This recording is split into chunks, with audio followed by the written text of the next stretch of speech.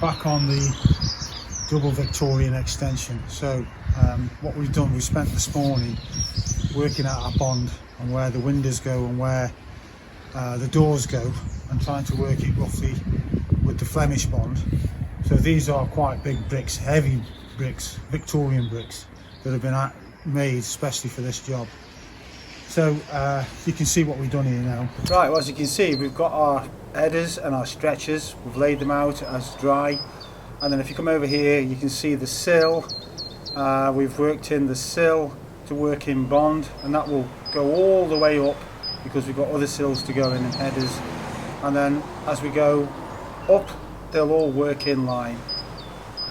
That's what we have to do by dry laying it, so we can carry on with the block work and then come round to the brickwork another few days. Okay, so we're going to start building up now.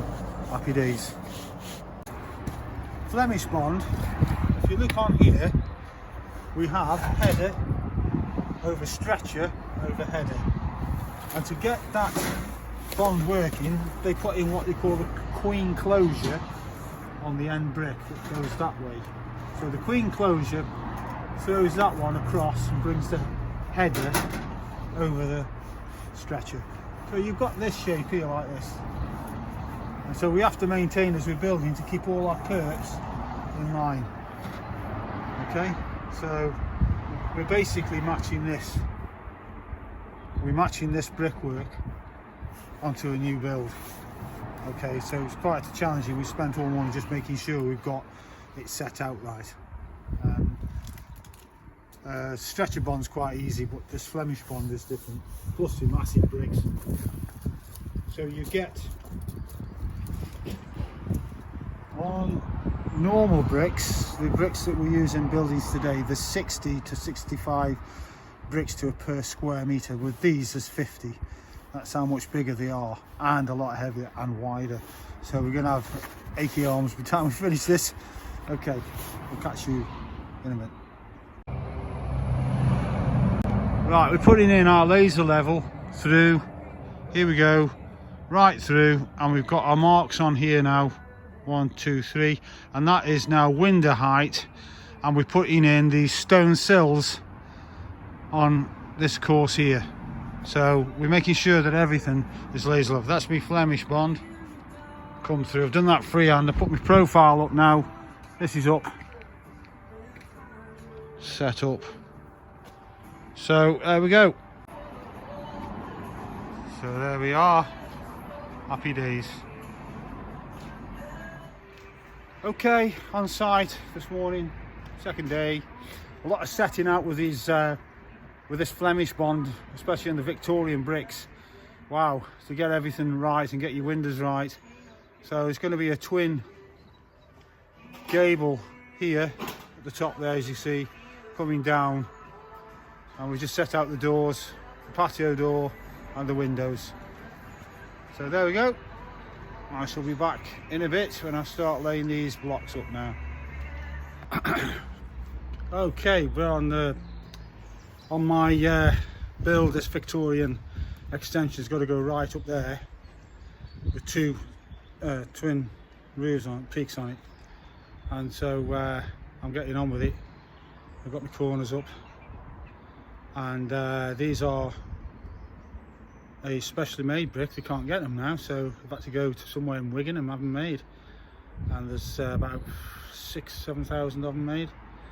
And so let me just show you. Yeah, so here we are. So coming up around the corner, I'm up to scaffold height now, and as you can see,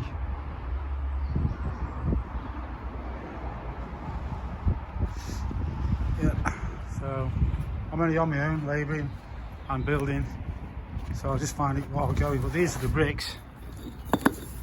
They are quite heavy. I tell you what these are like. It's like playing on a snooker table and then playing on a pool table. Laying these big things. they float, they move around, there's no holes in them, just a slight frog. So they are very hard. So I do have to do all my cuts, all my quarter bats. Queen closures are on the main house, on the Victorian.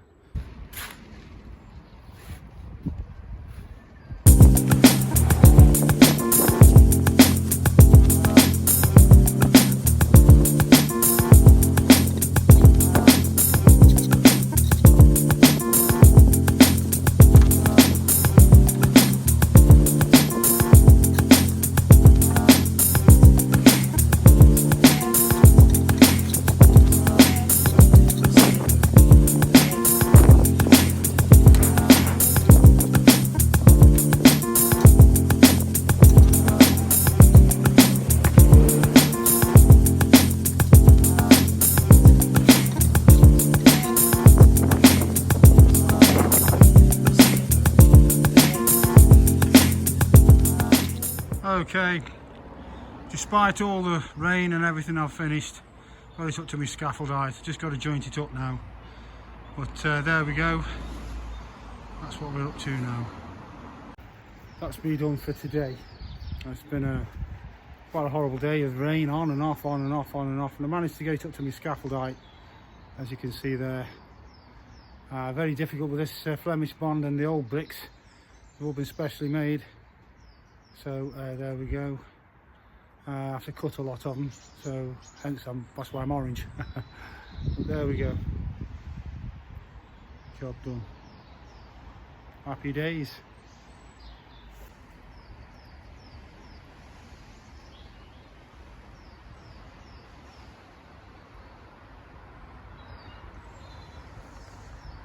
Whee, look at that now. I've just pointed it up and down comes the heavens.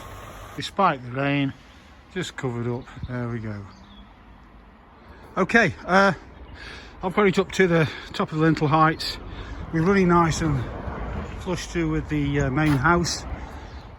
Gauged through from that with the laser and through down to the other end. But I just want to show you that there's a problem. Okay, so we're coming down here, we're all gauged. I'm going to build this side up.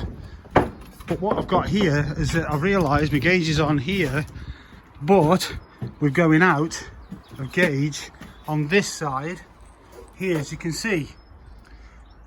But I've noticed that they have had to build this up here with a small tile.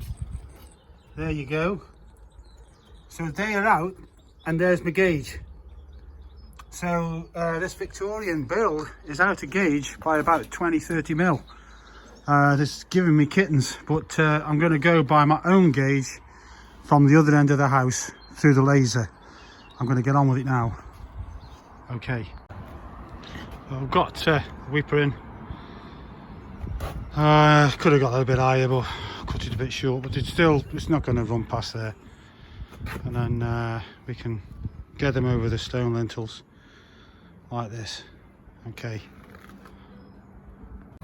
just put a very thin coat of mortar on here, and then I'm just going to simply press the cavity tray into it, and then a cement mortar on top of that. But my problem is I'm just holding my phone while I'm filming, so let's try and I'm going left-handed as well. We've got a little up lap there, and we put a weeper here. So I'm going to squash this in and come back to you in a minute. So here we go, squashed it in with my trowel down, much like you do a damp course, and then I'm just going to build across over that, putting my weepers in every 400. Well, they're probably slightly different with these because the Victorian bricks are big. There's slightly different measurements, but we'll get them in. Okay.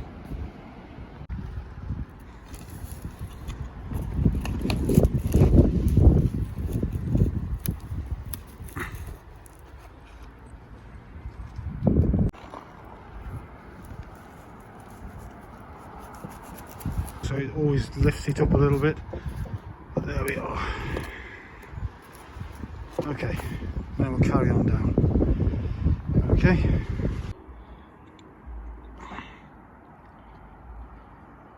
Okay, good morning.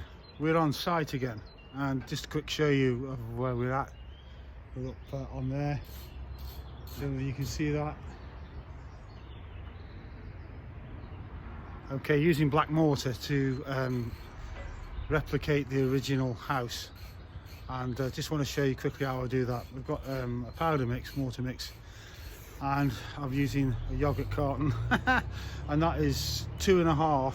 I found is the best match to the house. 2.5 of these to 4 buckets of sand and 1 bucket of cement, and so I'm gauging it through the buckets to keep it consistent every time, because if you start just using the shovel and shoveling, and your shovel varies on how much sand you put on the shovel, same with the cement. So it's very important that you gauge it every time the same, otherwise you'll have a slight difference in your colouring. Also, use the same cement. That's another mistake some people do. They use different cements because they find a cheaper cement or a different brand make, and then that will show up on your cement a slightly different colour. Also, keep your sand the same, because sands vary in shade, and so that's important. Otherwise you'll have different colours again coming throughout the build, and it'll be seen. Okay, I'll show you a brick in a bit, and what I'm up against with these bricks. Right, I'm going to carry on now and show you.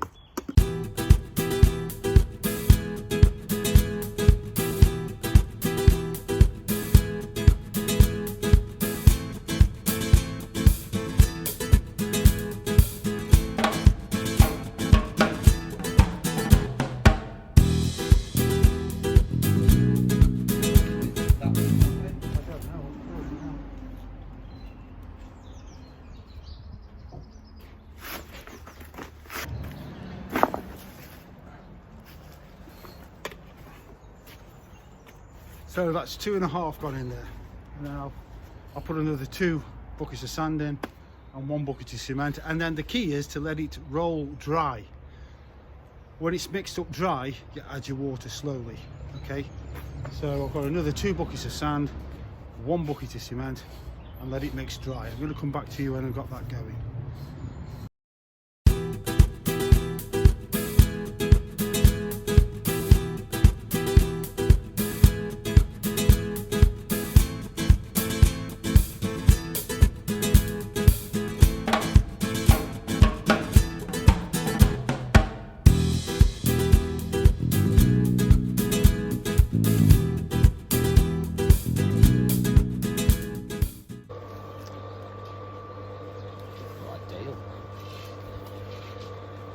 We let that turn in a dry state, let it mix together.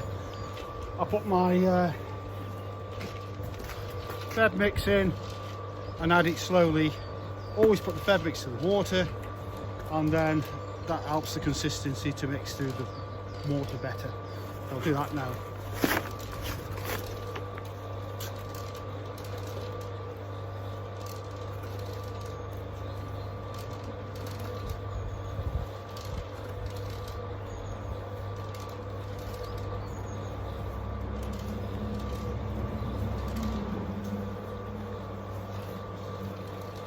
Start it slowly.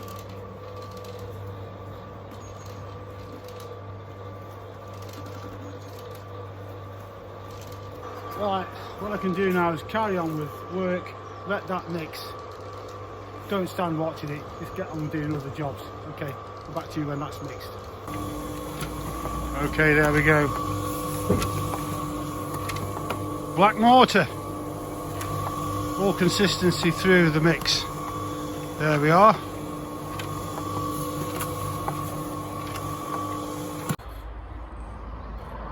Right, that's where we're at, and this is why I need the black mortar in, so that we can keep it the same as the house.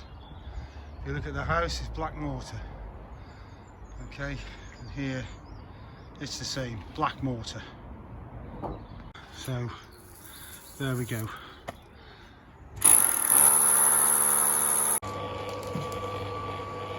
Okay, I'll go up there and get that another 2 courses ready for the scaffold to go up. Right, as I said, this is a Victorian build, and replicating the bricks. They've had to have them made, and I just want to show you the brick mold's 1845. That looks like a 0, but I've got another one over there. It's 1845 moulds, and so the size of the brick. But then they vary, because out of the moulds come a different mould, and so there is a slight variation in size and in width. That's caused me a nightmare, to be honest, of building. But I've sort of got in the habit of mix and matching as we go along. As you can see, there you go again. And so the headers throw me out, and so I've constantly got to keep my eye that we're keeping them in line, particularly over here. So all the way down, so they're all in line, and so I have to mix and match the different headers in. So these are a lot bigger than a normal brick, and I just haven't got one to show you, but I'll come back to you later and show you a normal brick that we use today against some of these bricks, and they're a lot heavier. I've got my grip used to it now. But I actually, sometimes if they're getting high up, I'll use them like a block. Okay, that's just something I wanted to show you. You can see here they've got small cuts in, headers, smaller headers, and then they bring it back to the headers going up and down. In the corner there, it is sunk. So if you can zoom out again, you can see that it's sunk, and we've got big joints, smaller joints, and then on the window here, it's here very difficult, and across on this the same, up and down on the corners there, as you see. If I show you up here, up there we go, up there, 1, 2, 3, even 4 headers in, and that follows up and up and up and up and up. So it looks better with headers instead of 3/4 in. So I'm going to get back to that now, and I'll show you as I go on. Okay, just a quick setup, corner block, and I go around, take it all around on the dory blocks, right through and around, and then keep building it up as I go.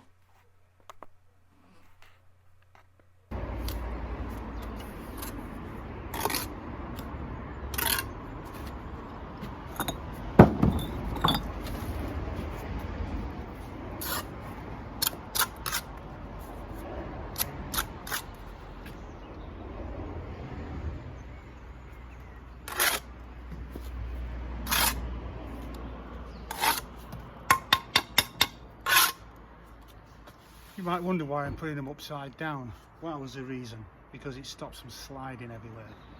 And they're only shallow frogs, and so the mortar goes up into the frog and holds it. And remember, these are Victorian bricks, and they're totally different than modern bricks. What I would say this is like, it's like playing on a snooker table, and then when you're laying normal bricks, it's like playing on a billiard table or a pool table. Such is the difference in size. You've got to watch it doesn't creep.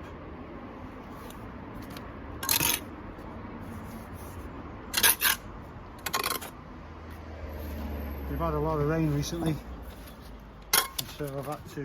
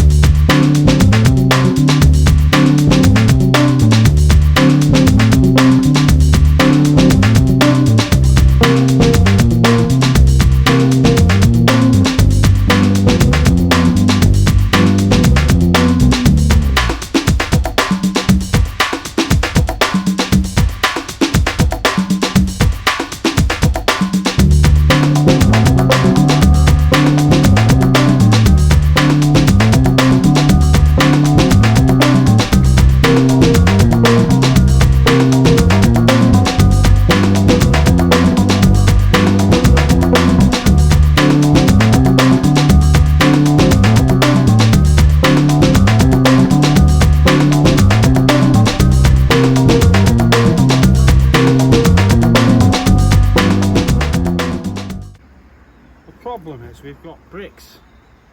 They're all different sizes, different widths, different lengths, just slightly different than that.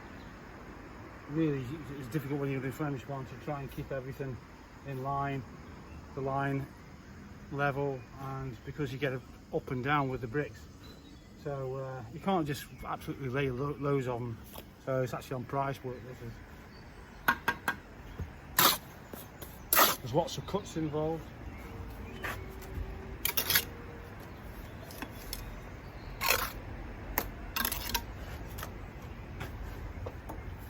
A lot of the bricks are a bit smashed up. That brick's smaller than that one. Pain in the bum.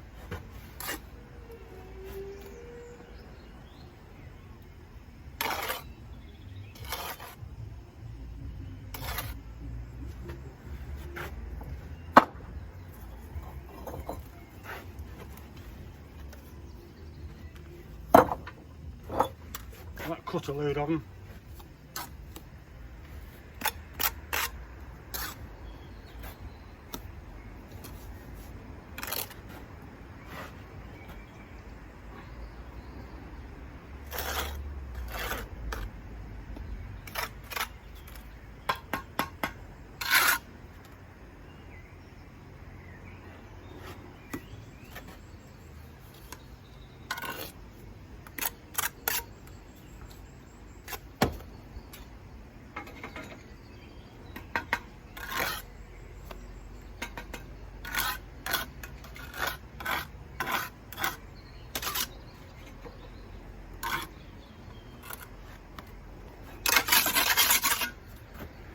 So I always try to check as well when I go with the level.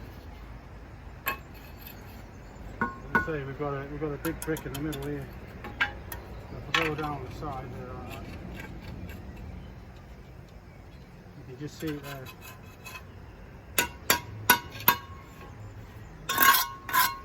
Okay. Also with these, I just check that you flush with the headers. You twist, you go all over the place. Just make sure we're all in line.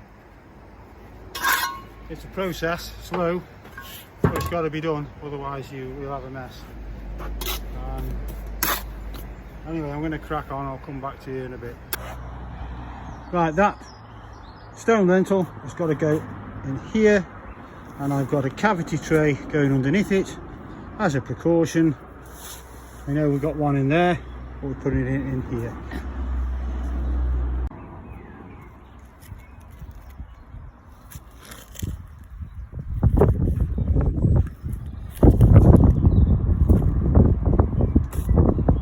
Okay, top headers on. Now going to brick them in. Just got them on, laid them on myself, leveled them up, and as you can see, I'm up to the final height nearly now. I'll put insulation in here in a bit. But I've got to take this out like I did over there. Take this out, go in, find the wall plate and come through. Well, here we are. Got them pretty much in line. They're quite heavy on your own. There we go. So getting on there. Ah, you're right. Right.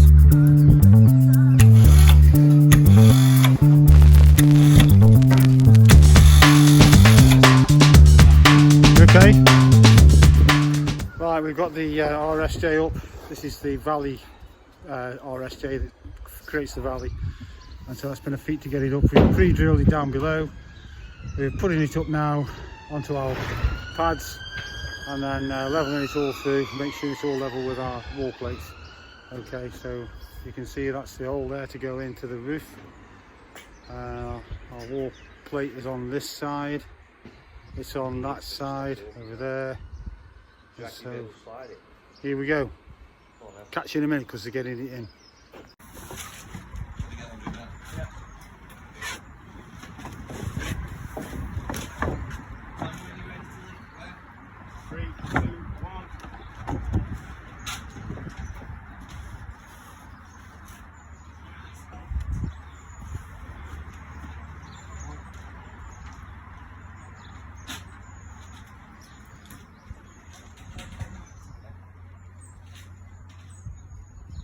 Don't drag it.